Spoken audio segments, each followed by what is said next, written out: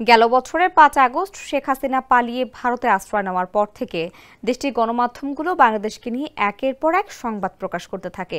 আগে যেখানে গুরুত্বপূর্ণ ঘটনাবলী এবং কিছু রাজনৈতিক ভাষ্য ছাড়া বাংলাদেশ নিয়ে তেমন কোনো সংবাদ স্থান পেত না, সেখানে জুলাই গণঅভ্যুত্থানের পর পাল্টে যায় দৃশ্যপট।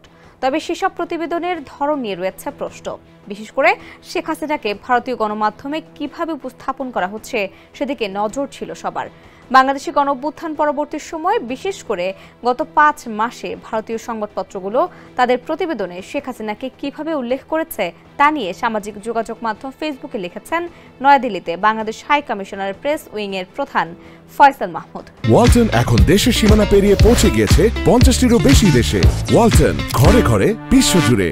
বুধবার নিজের ভেরিফাইড ফেসবুক অ্যাকাউন্টে শেয়ার করা এক পোস্টে ফয়সাল মাহমুদ লিখেন, শেখ হাসিনাকে নিয়ে ভারতীয় সংবাদপত্রগুলোর অবস্থানে পরিবর্তন দেখা যাচ্ছে। ভারতীয় গণমাধ্যমগুলো প্রথমে শেখ হাসিনাকে প্রাক্তন প্রধানমন্ত্রী বলে উল্লেখ করত, এরপর তারা অপসারিত প্রাক্তন প্রধানমন্ত্রী বলতে শুরু করে।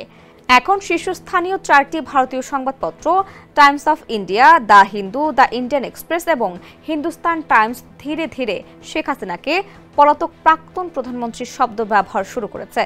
পোস্টের শেষে ফয়সাল মাহমুদ লেখেন, পরিবর্তনের ধারাটি খারাপ নয়।